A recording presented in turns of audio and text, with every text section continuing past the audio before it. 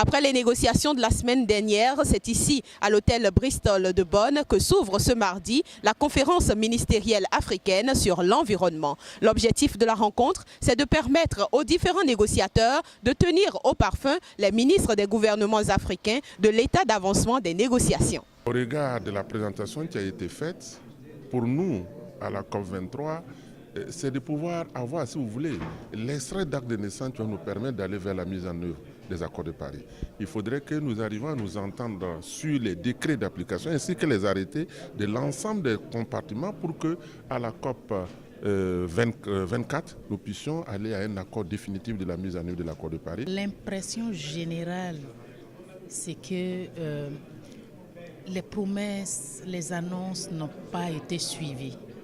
Et les Africains, les ministres africains sont vraiment frustrés. Jusqu'à l'heure où nous parlons, les pays africains continuent de réclamer une transparence sur les 100 milliards qui ont été promis jusqu'à 2020 par les pays développés.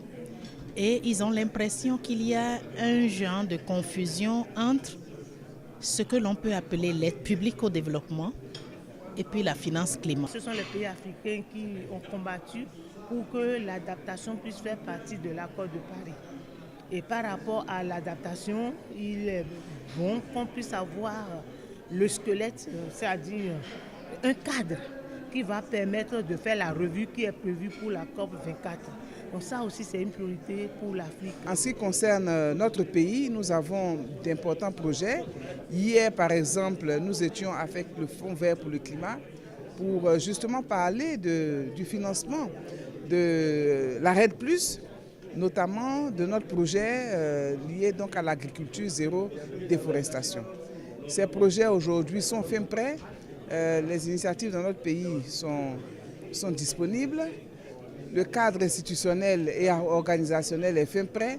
Ce que nous attendons, ce sont les financements, les ressources, pour passer donc à l'action et permettre que nous puissions apporter des solutions rapides, démontrer également donc notre engagement, le niveau de détermination de la Côte d'Ivoire. Nous avons des écosystèmes similaires. Les négociations feront que les ressources soient mobilisées pour ces pays africains qui en ont vraiment besoin. Le groupe des négociateurs africains et les ministres devront arrondir les angles afin de parler d'une seule voix au nom de l'Afrique lors du segment de haut niveau des négociations où seront présents leurs homologues des autres régions. Cette rencontre-ci est prévue pour le 15 novembre 2017.